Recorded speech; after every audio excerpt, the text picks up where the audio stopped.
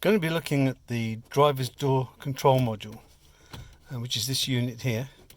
It's easily released by using some kind of plastic levering tool. I've got these panel removing tools here, and I've already slackened mine off.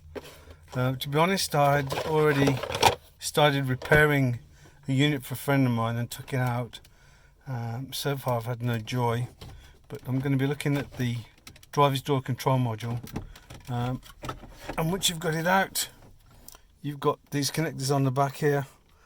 Can't remember the numbers off the top. I think this is C4, C5, C3, and that's the main power connector and the umbilical. This one has got the majority of the control lines on there, including the comms bus. So to undo it is quite simple. You just squeeze on the tabs and then that comes out. Same as this one and this one. Same. It's hard to do it one-handed, but there we go. There's a locking lever on this one here, which has got another release tag, which you can do with one hand, I believe, with a little bit of support from my other hand. You can see the tab and lever there.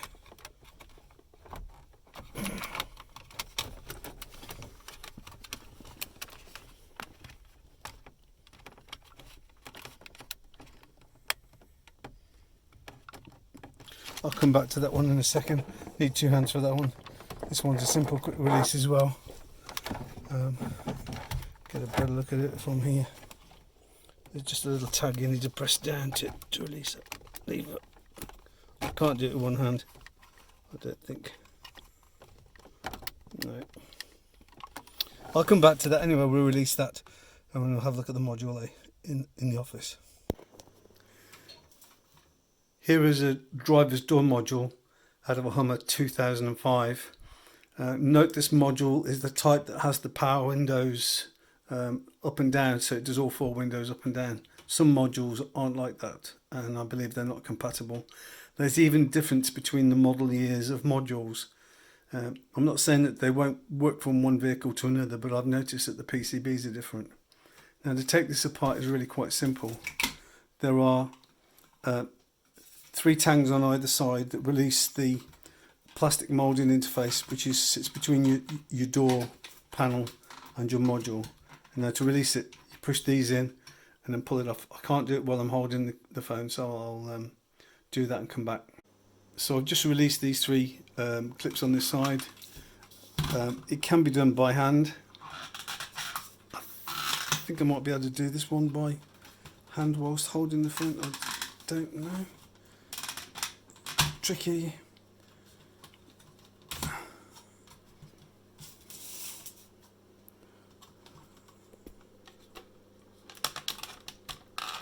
There we go. So that releases that top cover. Right, so that's fairly simple. And to get this out of your door panel is quite simple. If you've got some of the plastic panel levers, which I recommend you get, you can just slide them in and prise these clips out here. Right, there's 4. 2 on either side, and you should just be able to click this out. You don't need to dismantle your door panel. Right, do not dismantle your door panel to take this out, it's not necessary. That comes out. Now to dismantle the actual module itself, on either side you can see that these 4 tangs. Now the way to get this apart is to slide some pegs in either side along here, just to lift them over, and then once you've got one side free, flip it over, do the other side, and it will come apart. So I'll do that and come back to you. I just happen to have 4 nails about the right size, which you can see I've slid under here. Don't go too mad, don't break the plastic, but it's quite sturdy, but you know, don't overdo it, don't be too ham-fisted. I'll just prise one side off. So that side came out pretty easily. I'll now flip it over and do the other side, taking care not to push this side back in.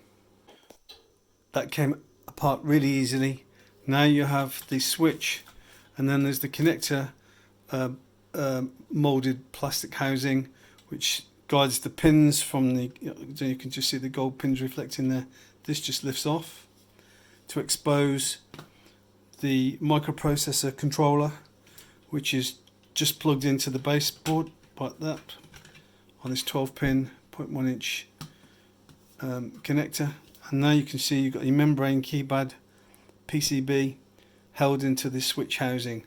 To get the PCB out, you've got to release all of those tangs. There's 4 tangs on either side, 1, 2, 3, 4, and you can see that the PCB is just held into there. Now you need to just use a screwdriver underneath these, prise them up gently, and you can release the PCB. I'll do one side and come back to you.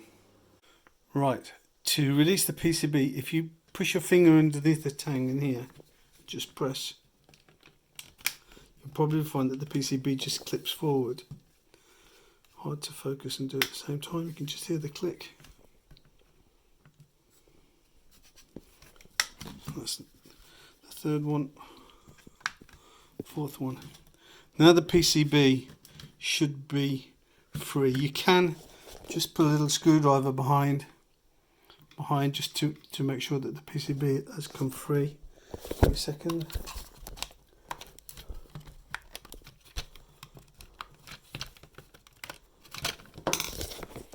Right, I've done that.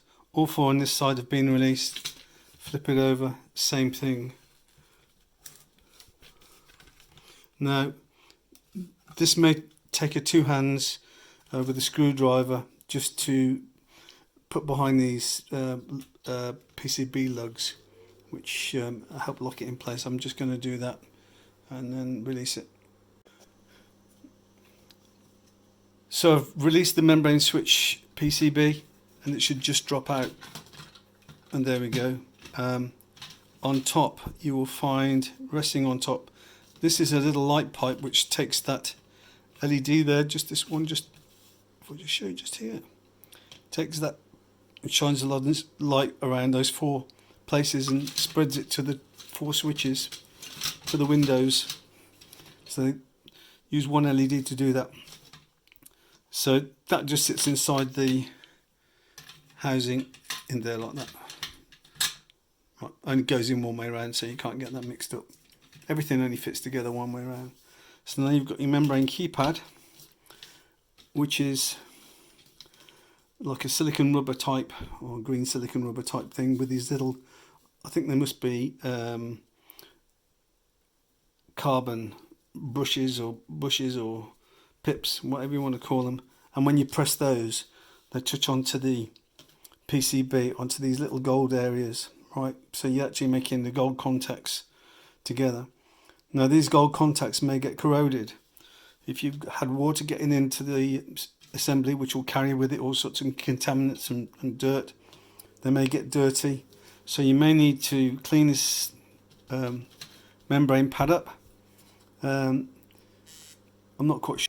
Okay, I've got a lens cloth, which it doesn't have to be a lens cloth, just a clean cloth, and I've decanted a little bit of alcohol into that cap, and I'm just going to use that to clean those areas off there, just like that.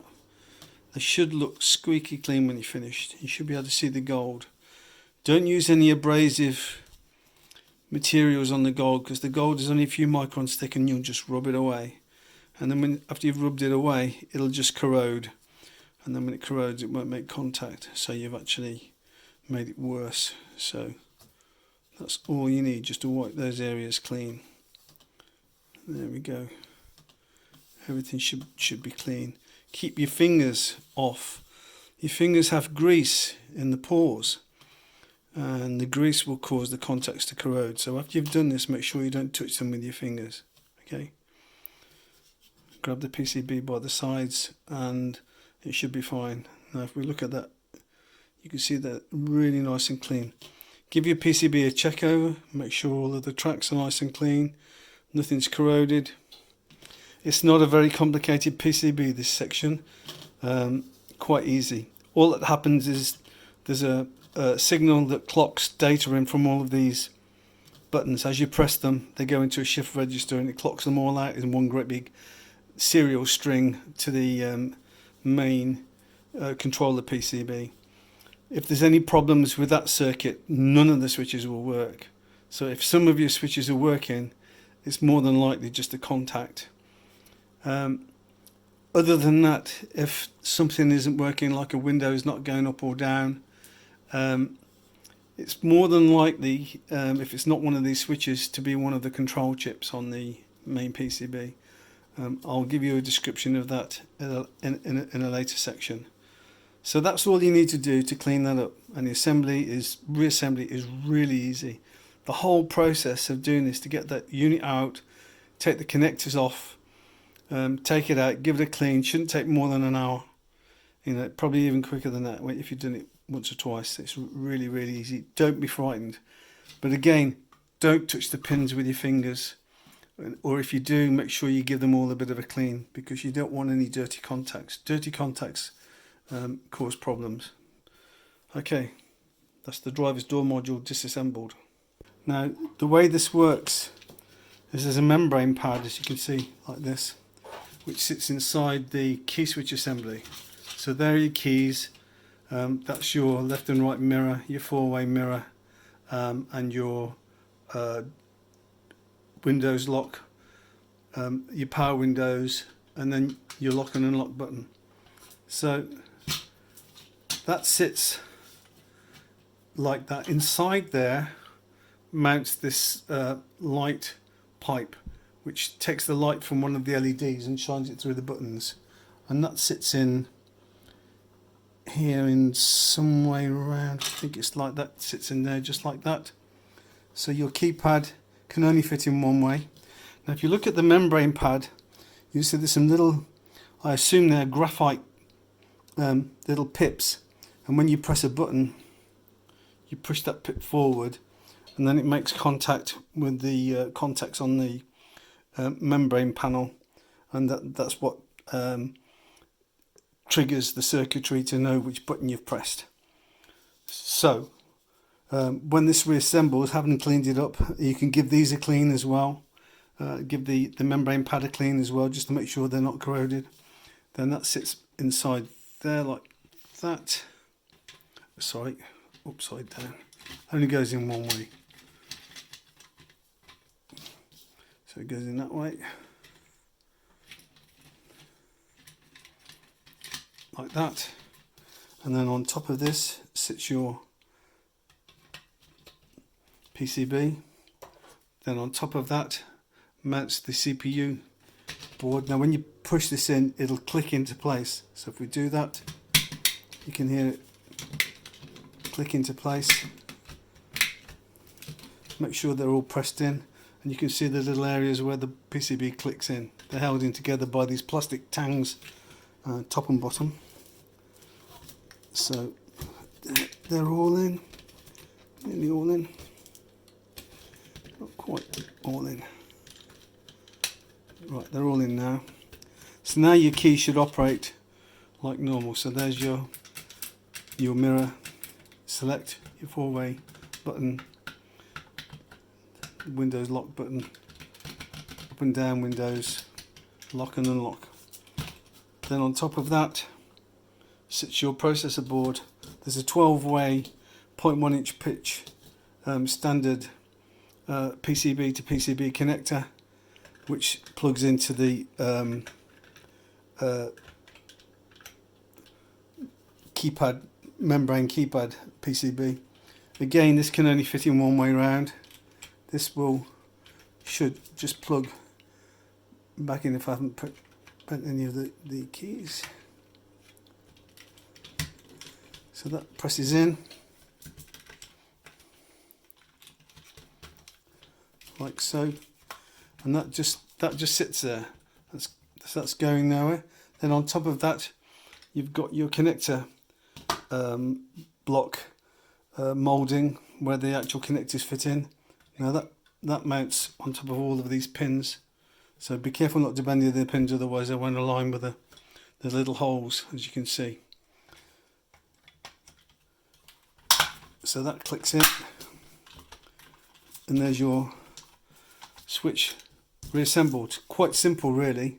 Then the whole of that then mounts inside this plastic housing, which is your interface between your door panel and your thing again, that just clicks in. There's 6 tongues either side. So there's your completed driver's door module. It's quite sophisticated. There's a microprocessor on board, quite a lot of electronics. There's a lot to go wrong, to be honest, if something does go wrong. This one itself is faulty. One of the driver chips, I believe, has failed. We're just waiting for a replacement for that. Hard to find because the chips are rare, they're obsolete. But there is a driver's door module reassembled.